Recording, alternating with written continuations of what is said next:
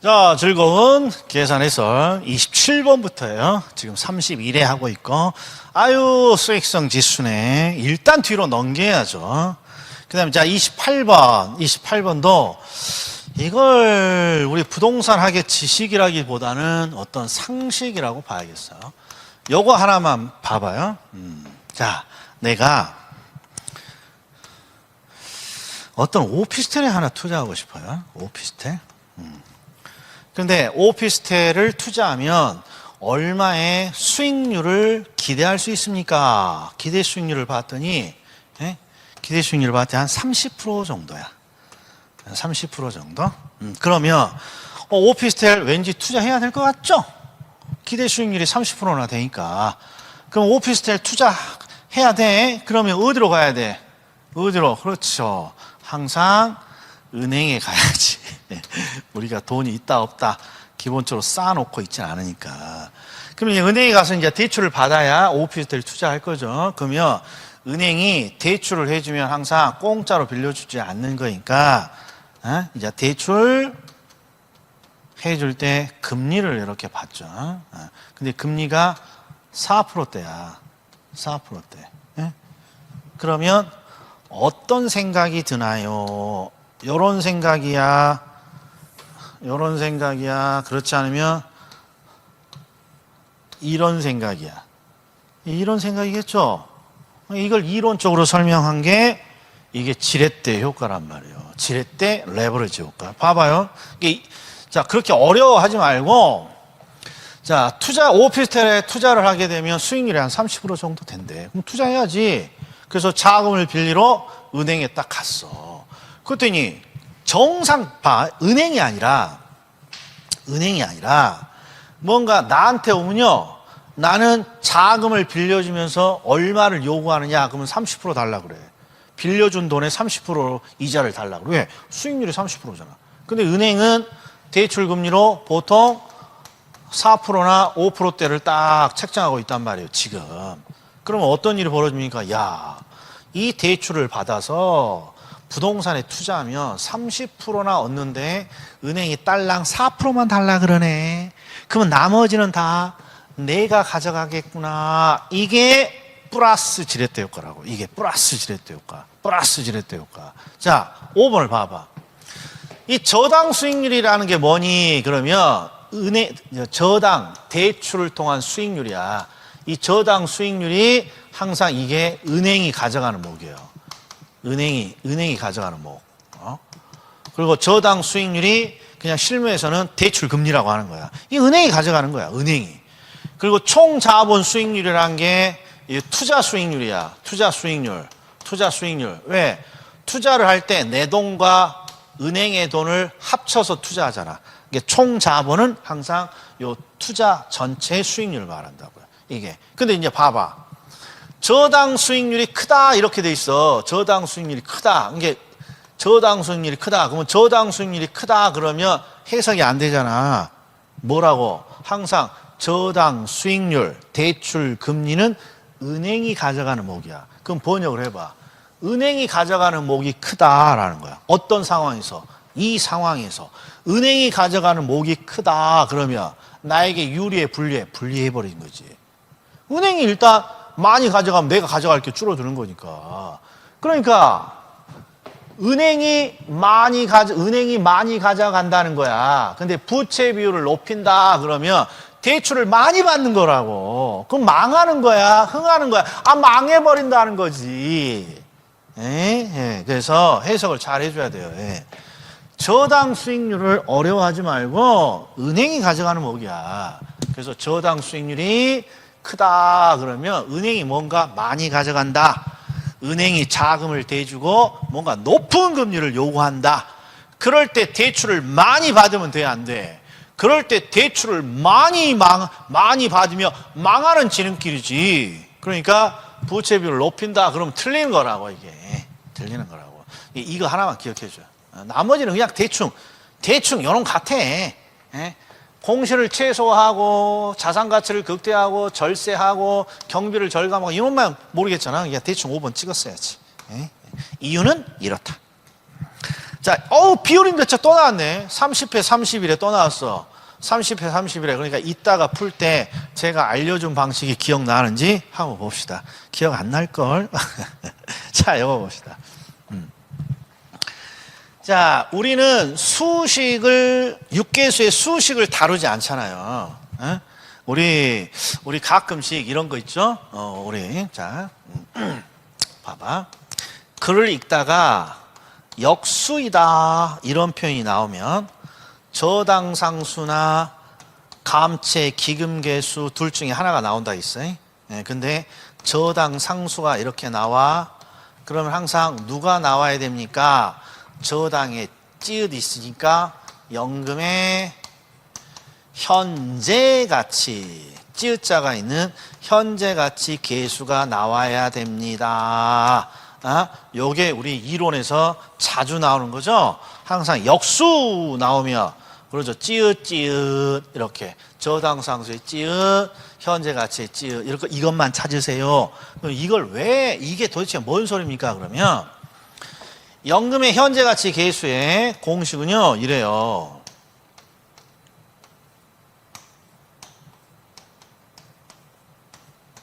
저당상수의 공식은요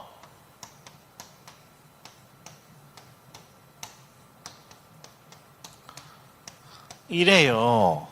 그러니까 둘을 가만히 봤더니 역수관계네요 이런 거야. 그러니까 왜 암기하지 말고 왜 이해하지 말고 암기해버리세요 하는 게 이 역수관계는 수식의 관계를 묻는 거예요. 근데 우리 부동산 중개사 시험에 부동산학은 기본적으로 이런 거 하고 싶지 않으니까 저희들이 강의 자체를 안 한다고. 시험에 뭐 나오지도 않고. 그러니까 그냥 암기하세요 해서 암기를 하고 있는 거야. 근데 이제 이런 게 이제 가끔 나와. 10년에 뭐 한 번 정도. 자, 그럼 이제 틀리는 거지 뭐. 근데 이제 틀리더라도 확률을 좀 높여볼게. 봐봐.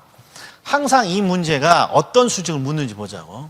A는 매월 50만 원씩, 그러니까 매월 따박따박 뭐 하고 있어? 따박따박. 적금 넣고 있잖아요. 이런 걸 우리가 무슨 형식의 예금이야? 연금 형식의 예금이지. 이게 연금 형식의 예금이지. 따박따박 적금. 그러니까 미래 가치를 구하더라도 뭘 구하는 거야? 결국 연금의 미래 가치 수식을 찾아라 이런 거야. 이제 됐어? 그럼 이제 찍어봐. 항상 이 문제를 보면요.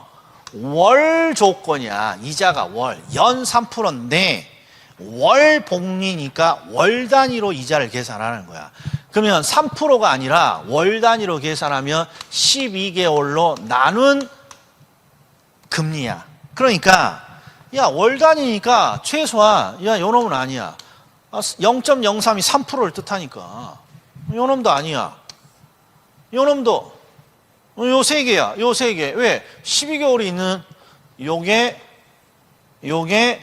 그렇죠. 월 단위로 지금 금리를 계산한 거지. 그러니까 1번하고 4번을 찍으면 안 되는 거야. 그러면요. 이제 나머지는요. 연금의 미래 가치도 있지만 일시불의 미래 가치도 있죠. 일시불은 일시불로 예금했을 때 미래 금액을 찾는 거고, 연금은 정기 적금을 했을 때 미래 금액 찾는 거잖아. 그러면 일시불이 연금보다는 수식이 더 간단할 거야. 그러니까 연금의 미래 가치를 찾아라 그러면 수식이 간단한 요놈도 삭제야. 그럼 이제 어떻게 둘 중에 하나 찍는 거야. 둘 중에서 어느 것이 맞을까요? 맞춰봅시다 해서 2번 찍으면 그냥 맞는 거야. 됐죠? 그러니까 버리지는 말고 확률만 좀 높이라는 거지. 특히 월복리라는 거 꼭 기억해. 월복리. 그러니까 3%가 아니라 나누기 12가 있는 애들을 찾아야 돼. 그리고 연금의 미래 가치니까 수식이 복잡한 걸 찾아야 돼. 수식이 복잡한 걸. 그 다음에 31. 이거 바로 푸시는 분은 없겠죠? 이건 좀 시간이 걸리는 계산 문제니까. 그 다음 32번.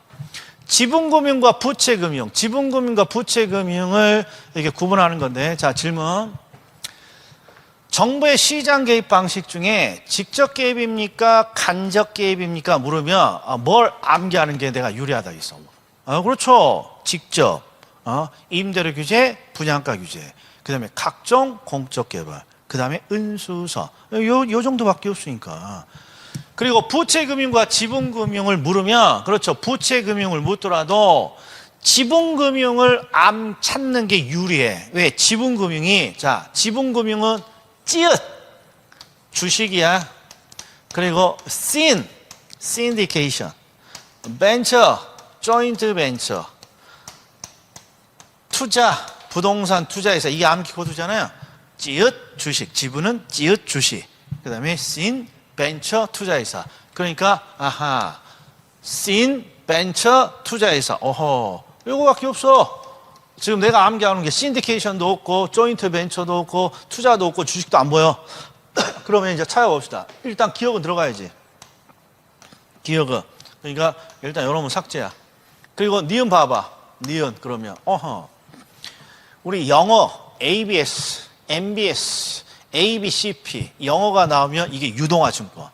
유동화 증권은 실질이 다 뭐라 그랬어요? 유동화 증권 채권이야.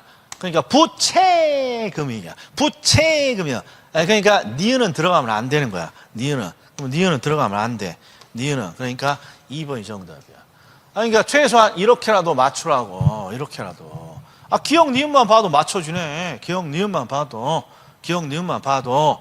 그러니까 이 문제를 왜 이런 식으로 내가 풀었냐 그러면 이 공모라는 표현이 나오면 항상 주식이라고 꼭 기억해 줘야 돼. 주식이라고.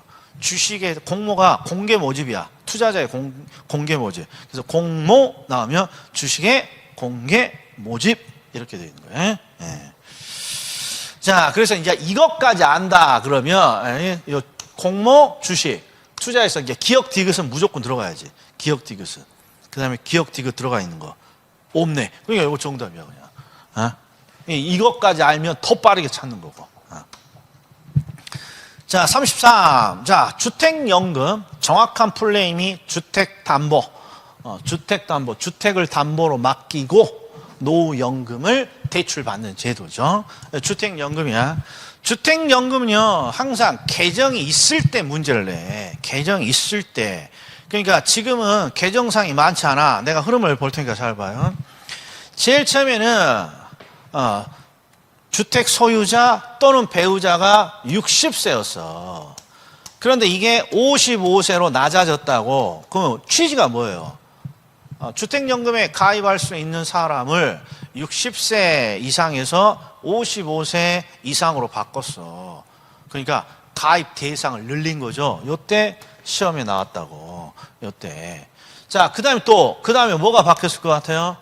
그렇죠. 오피스텔이야. 오피스텔. 오피스텔은 일반적으로 업무용이니까 주택연금의 가입 대상이 아니지. 주택연금은 주택만 가입할 수 있는 거니까. 그런데 어떤 목적? 주거 목적의 오피스텔이라면 이제 주택처럼 가입을 할 수 있도록 되어 있죠. 그래서 시험에 나온 게 요놈이야. 해봐. 업무시설인 오피스텔도 포함한다. X야. 항상 주거 목적의 오피스텔만 포함되는 거예요. 그리고 35회 때 주택연금이 또 나왔어. 35회 때. 왜요? 그러면 이번에는 대부분 우리가 주택을 담보로 제공하잖아요. 주택 소유자가. 그리고 주택을 담보로 제공하면 한국주택금융공사 또는 은행이 저당권을 설정해서 이 담보물을 잡아. 그런데 35회 때는 저당권뿐만 아니라 신탁제도를 통해서 담보를 잡을 수 있습니다. 이게 개정이 됐으니까 이게 시험에 나온 거라고. 그래서 크게 어려워하지 말고 55세, 그다음에 주거 목적 오피스텔, 지금 담보 방식이 저당권 설정뿐만 아니라 신탁제도도 있다. 요 정도.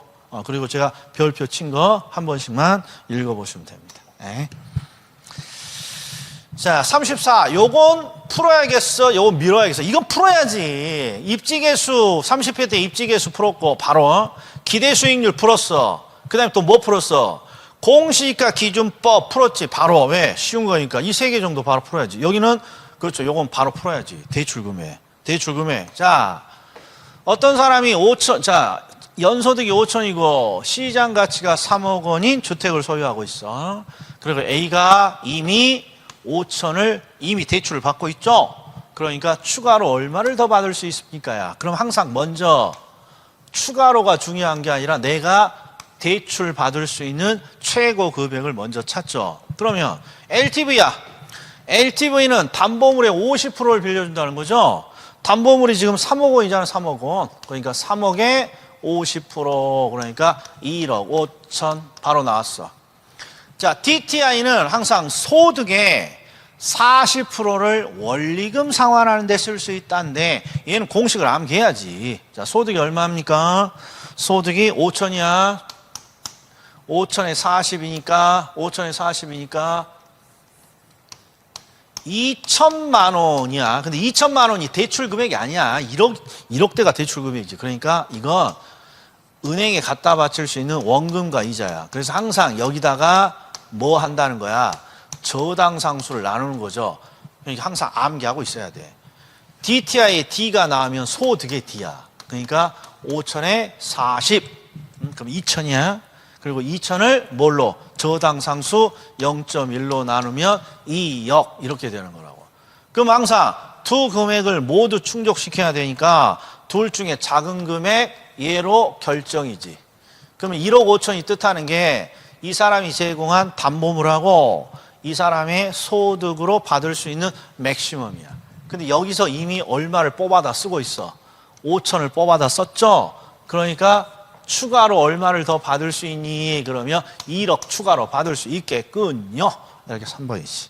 이건 바로 풀어줘야죠. 쉬운 대표적인 계산 문제니까.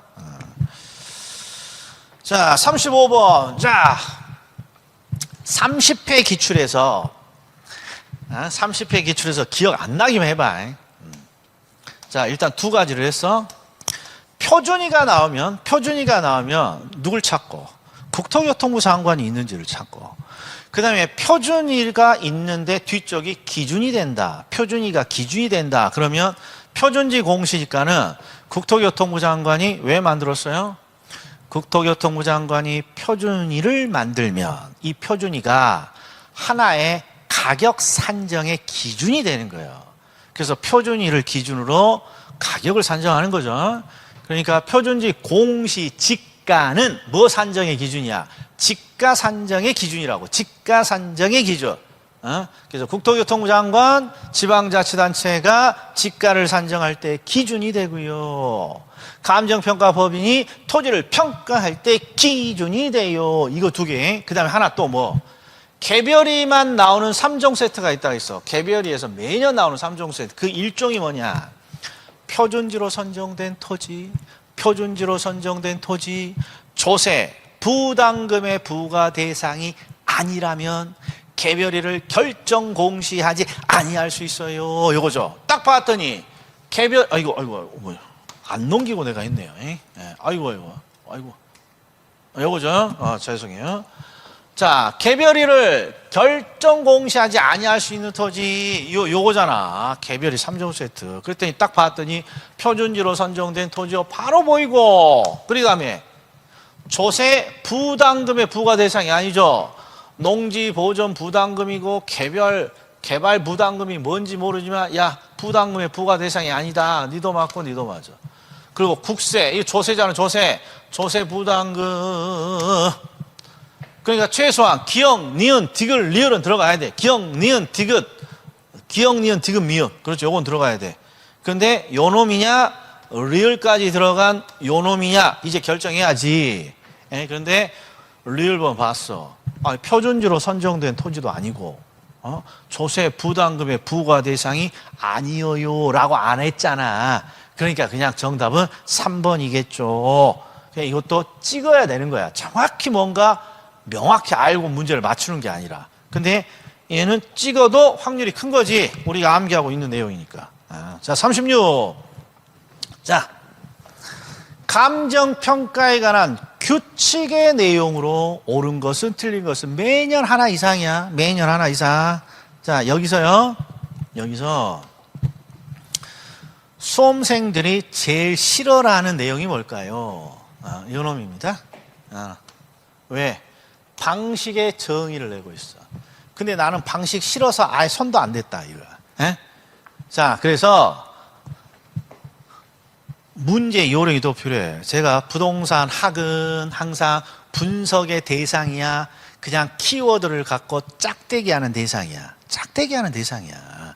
그러니까 방식이 여러 가지인데, 여기서부터 여기까지가 어떤 방식으로 짝대기 가야 됩니까? 그래서 이렇게 분석을 하면 쉽다고. 보셔. 대상 물건의 제자로 원가가 나왔어, 원가. 그럼 무슨 법이겠어? 원가법이겠죠. 쉬워, 안 쉬워? 이거라도 하란 말이요. 아니, 제자로 원가를 읽었어. 원가법이겠네요. 원가라고 돼 있으면 맞겠네요. 이렇게 짝대기 하란 말이요, 이렇게. 그리고 나머지는 우리가 잘 알잖아요. 자, 지역 분석, 개별 분석이 항상 자주 나오는 암기 코드. 지표 수준, 개체 가격이야. 지역 분석은 표준적인 이용, 지역의 가격 수준. 그 다음에 개별 분석은 최유효 이용, 그 다음에 구체적인 가격. 그 다음에 인근지역, 유사지역, 동일수급권. 맨날 나오잖아. 인근지역, 유사지역, 동일수급권. 인근지역, 유사지역, 동일수급권. 그래서 이 5번이 이제 추가를 해. 이게 진짜 의외로 자주 나오는데 항상 옳은 정답으로만 나오다, 옳은 지문으로만 나오다가 처음으로 틀리게 나온 게 요 30이래요. 그래서 이게 뭐가 틀렸니? 못 찾은 사람이 많아. 뭐가 틀렸니? 그러면 시장 가치라고 되어 있지 않고 법에는 경제적 가치에 영향을 미치는 이렇게 되어 있다고. 이게 가치 형성 요인은 가치에 영향을 미치는 요인인데 어떤 가치라고 규정되어 있나요? 그러면 경제적 가치에 영향을 미치는 일지계 이렇게 되어 있다고. 일지계. 자, 그리고 인근지역, 인근지역은 두 개만 봐. 대상이 속해 있다. 그 다음에 지역령을 공유했다. 유사지역은 대상이 속하지 않았다. 끝. 자, 37. 자, 이것도 봅시다. 이것도 난이도가 상이야. 난이도가 상이야. 그런데 요 수익관원법은 우리 시험에 정말 잘 나오니까 꼭 맞춰야 됨에도 불구하고 방식이니까 난이도가 상인 거예요, 이게. 예? 자, 한번 해봅시다. 이거 지금 이렇게 기출된 것만 잘 확인해도 앞으로 문제에 충분히 대응할 수 있어요. 자, 첫 번째. 자, 공시지가 기준법은 공시지가를 기준으로 하는데 항상 두 가지를 조심해. 1. 어떤 공시지가인가요? 표준지 공시지가를 기준으로 한다. 표준지 공시지가야. 자, 그리고 거래 사례 비교법은 항상 사, 시, 지, 개 네 가지가 있는데 공시지가는 공적인 지가이기 때문에 사정 보정이란 게 없어. 사정은 항상 거래에 개입되어 있는 사정이니까. 그래서 항상 공시지가 기준법 두 가지만 딱 기억해. 표준지 공시지가를 기준으로 하고 항상 사시지계가 아니라 시점 수정부터 들어가요. 이게 있으면 무조건 안 되는 거야. 이게. 그리고 수익관원법의 용어 종류는 잘 나온다. 자, 장래 순수익, 미래 현금 흐름을 장래 순수익, 미래 현금 흐름을 환원하거나 할인한다. 그러면 수익환원법이죠. 시험에 출제된 것만 좀 자신 있게 보시란 말이에요. 자, 원가법은 시간이 좀 걸리죠. 통과하고. 거래사례 비교법은 해 말어. 바로 해야지. 공시지가 기준법, 거래사례 비교법. 자, 해봅시다. 자, 항상 대상은 토지고요. 면적 반드시 체크해놔야 돼. 요거 하나. 그리고 거래 사례를 찾지. 거래 사례가 2억 4,120제곱미터. 그러면 면적을 나중에 고려하시는 선생님도 있지만 저는 기본적으로 실무에서 토지는 제곱미터당 가격으로 설명을 해. 토지가 10억이에요. 이런 식으로 말 안 해. 토지가 평당 얼마예요? 제곱미터당 얼마예요? 이게 실무를 따라서 그렇죠. 제곱미터당 가격을 해. 이게 120제곱미터가 2억 4천으로 거래되었어. 그러니까 제곱미터당 얼마인가요? 그렇죠. 200만 원으로 제곱미터당 200만 원으로 거래가 된 거지. 그럼 이제 나머지는 어떻게 해요? 그냥 수치만 동그라미 쳐. 5% 상승, 3% 우세, 5% 상승이니까 곱하기 1.05, 곱하기 1.03. 자, 그리고 조심해야 돼. 여기가 지금 억 단위니까 총액을 묻는 거예요. 그래서 마지막에 반드시 뭘? 그죠? 대상 부동산의 면적이 그렇죠. 110제곱미터를 곱해줘야 된다는 거예요. 110제곱미터. 110제곱미터. 110제곱미터. 110제곱미터. 네. 자, 그럼 40번이 뭘까요? 아하. 주된 평가 방법. 자, 주된 평가 방법도 이 문제가 중요한 게 아니라 자주 나오는 거 저랑 같이 검토하는 게 중요하겠죠. 토지의 주된 평가 방법은 뭔가요? 공시지가 기준법. 건물의 주된 평가는 뭔가요? 건물은 원가법. 자, 그 다음에 하나 더 있어. 임대료. 임대료는 무슨 법인가요? 임대사례 비교법. 임대사례 비교법. 정말 이 세 가지는 잘 나오죠. 임대사례 비교법. 임대사례 비교법. 임대사례 비교법. 그리고 과소는 뭔가요? 그러면 공시지가 기준법 아니야. 토지가 공시지가 기준법이야. 아니 그러면 과소는 토지 아닌가요? 아니야. 과소는 토지 외에 과수, 수목도 필요하고 저장, 창고 이런 걸 다 합쳐서 과수원 용도라고 하지. 예? 그러니까 과소는 항상 과소는 끼역, 여기도 끼역이야. 근데 공시지가 기준법이 아니라 거래사례 비교법이야. 거래사례 비교법. 거래사례 비교. 그리고 우리가 한 게 건물 원가법 잘 나오고 임대료, 임대사례 비교법 잘 나오고 그리고 자동차도 잘 나와요. 자동차는 거래가 많다. 거래사례 비교법. 거래사례 비교법. 자, 요렇게 하면 뭐가 끝나요? 이론이 끝나죠? 그러면 한 10분 쉬었다가 그렇죠. 계산 문제 몇 개만 훑어보겠습니다.